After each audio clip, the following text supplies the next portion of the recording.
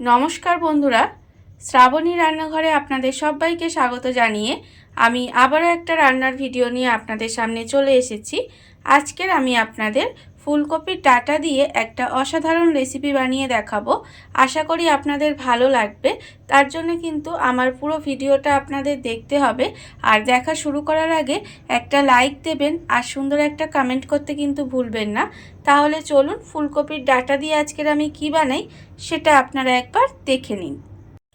फुलकपिर डाटार এই রেসিপিটা বানানোর জন্য প্রথমে আমি এখানে দেখুন গ্যাসটা অন করে একটা কড়া বসিয়ে দিয়েছি আর কড়ার মধ্যে দিয়েছি আমি বেশ কিছুটা জল। জলটা আমার প্রায় গরম হয়ে এসেছে। সেই সময় আমি এখানে ফুলকপির ডাটাগুলো রেখেছি আর ডাটাগুলো কিন্তু একটু কচি ডাটা নিতে হবে আর ডাটাগুলোকে আমি সরু সরু করে কেটে খুব ভালোভাবে ধুয়ে পরিষ্কার করে রেখেছি। এবারে ফুলকপির ডাটাগুলো আমি জলের মধ্যে দিয়ে দিলাম। দিয়ে ফুলকপির ডাটাগুলো আমি প্রথমে একটু সেদ্ধ করে নেব।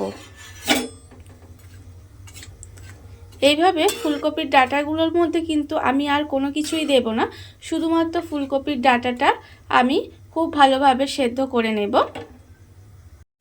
ডাঁটাটা আমার এখানে খুব ভালোভাবে সেদ্ধ হয়ে গেছে। এবারে ডাঁটাটা আমি একটু জল ঝরিয়ে তারপরে কিন্তু তুলে রেখে দেব। আমরা সাধারণত এই ফুলকপির ডাটাগুলো হয় ফেলে দিই আর না হলে একটু হয়তো চচ্চড়ি করে আমরা খাই, কিন্তু এইভাবে একদিন ফুলকপির ডাটা রেসিপিটা বানিয়ে দেখবেন।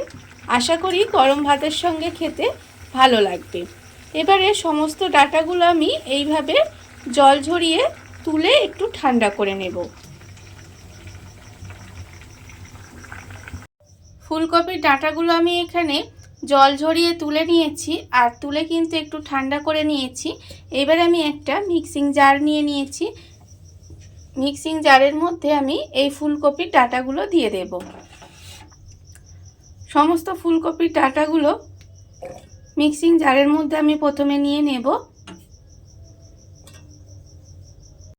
এবার আমি এর মধ্যে নিয়ে নেব 4টে কাঁচা লঙ্কা। কাঁচা লঙ্কাটা আপনারা কতটা ঝাল খাবেন সেটা বুঝে কিন্তু কাঁচা লঙ্কাটা ব্যবহার করবেন, তবে এটা একটু ঝাল ঝাল হলেই খেতে ভালো লাগে। আর আমি এর মধ্যে দিয়ে দেব একটা মাঝারি সাইজের টমেটো, আমি একটু কুচি করে রেখেছি সেটাও দিয়ে দিলাম। আর দেব আমি এখানে 7 থেকে 8 কোয়া রসুন আমি এখানে রেখে দিয়েছি, সেটাও আমি এর মধ্যে দিয়ে দিলাম।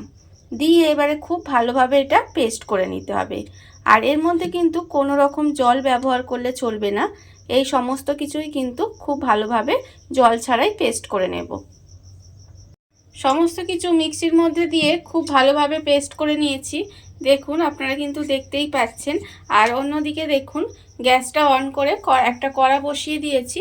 কড়ার মধ্যে দিয়েছি আমি বেশ কিছুটা সর্ষের তেলে, তার কারণ রান্নাটা আমি এখানে সর্ষের তেলেই করব। আর আপনারা রান্নার এতদূর পর্যন্ত দেখে নিশ্চয়ই বুঝতেই পেরেছেন যে আমি কি রান্না করব। আমি হ্যাঁ ঠিকই ধরেছেন, আমি এখানে ফুলকপির ডাঁটার ভর্তা বানাচ্ছি। এবারে আমি দিয়ে দিলাম তেলের মধ্যে অল্প একটু শুকনো লঙ্কা। শুকনো লঙ্কাটা একটু ভাজা ভাজা হয়ে গেলে এইবারে আমি এর মধ্যে দিয়ে দেব অল্প সামান্য একটু কালো জিরে ফোড়ন।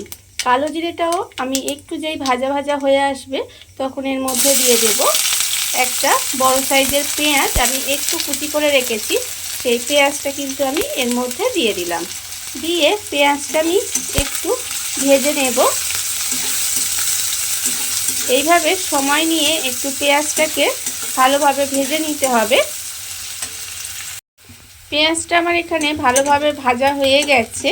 এবারে আমি এর মধ্যে দিয়ে দেব যে ফুলকপির ডাঁটাগুলো আমি এখানে মিক্সির মধ্যে বেটে রেখেছিলাম, সেই বাটাটা কিন্তু আমি এর মধ্যে দিয়ে দেব।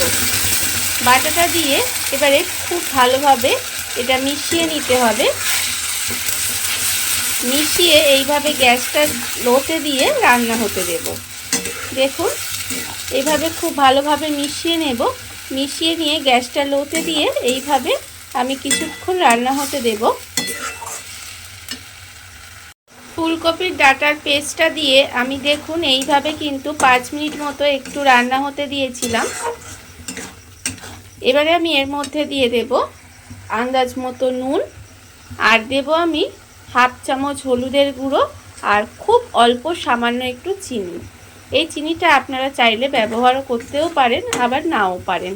স্বাদের ব্যালেন্সের জন্য আমি খুব সামান্য একটু চিনি ব্যবহার করেছি। এবারে সমস্ত কিছু খুব ভালোভাবে মিশিয়ে নেব।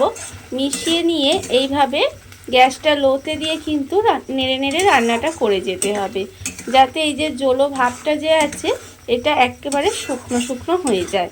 সেই পর্যন্ত কিন্তু এইভাবে নেড়ে নেড়ে আমি একটু রান্না হতে দেব। গ্যাসটা লোতে দিয়ে এইভাবে একটু সময় নিয়ে আমি যে ফুলকপির বাটাটা যে জলো ভাবটা ছিল সেটা কিন্তু খুব ভালোভাবে শুকনো করে নিয়েছি। আর এটা কিন্তু একটু সময় নিয়ে করতেই হবে, কারণ যে জলীয় ভাবটা থাকে সেটা কিন্তু খুব ভালোভাবে একটু এইভাবে শুকনো শুকনো করে নিতে হবে, যাতে একটু বেশ ভাজা ভাজা হয়ে যায়। দেখুন একদম কিন্তু এর যে এক্সট্রা জলটা সেটা কিন্তু শুকনো হয়ে গেছে, দিয়ে একদম ভাজা ভাজা মতো হয়ে গেছে। যখন দেখবেন এইভাবে একটু ভাজা ভাজা মতো হয়ে এসেছে তখন কিন্তু ভাববেন যেটা প্রায় হয়েই এসেছে। আমি নামানোর আগে এর মধ্যে দিয়ে দেব আরেকটু কাঁচা সর্ষের তেল। আরেকটু কাঁচা সর্ষের তেল আমি এর ওপর দিয়ে ছড়িয়ে দিলাম, কারণ ভর্তা মানে একটু সর্ষের তেল তো দিতেই হবে, না হলে ঠিক যেন ভালো লাগে না খেতে। আমি আরেকটু তেলের ওপর দিয়ে দিলাম, দিয়ে খুব ভালোভাবে আবার এটা মিশিয়ে নেব। আর আপনারা চাইলে কিন্তু নামানোর আগে এর মধ্যে অল্প একটু ধনেপাতাও ছড়িয়ে দিতে পারেন, তাতে কিন্তু খেতেও ভালো লাগে। আর এইভাবেও বানিয়ে নিতে পারেন ধনেপাতা ছাড়া, এতেও কিন্তু অসাধারণ লাগে। এইভাবে একবার হলেও বাড়িতে বানিয়ে দেখতে পারেন, গরম ভাত দিয়ে কিন্তু অসাধারণ খেতে লাগে। দেখুন আমার কিন্তু রান্নাটা হয়ে গেছে। এইবার আমি গ্যাসটা অফ করে দেব। অফ করে ঢাকা দিয়ে কিছুক্ষণ এইভাবে রেখে দেব। দেখুন বন্ধুরা, বাড়িতে থাকা কত অল্প উপকরণ দিয়ে কত অল্প সময় কত সুন্দর একটা ফুলকপির ডাঁটার রেসিপি বা ফুলকপির ডাঁটার ভর্তা যাই বলেন না কেন তৈরি হয়ে গেছে, আপনারা দেখতেই পেলেন। আর আমি এটা আগেও বলেছি যে এটা কিন্তু গরম ভাত দিয়ে খেতে অসাধারণ লাগে।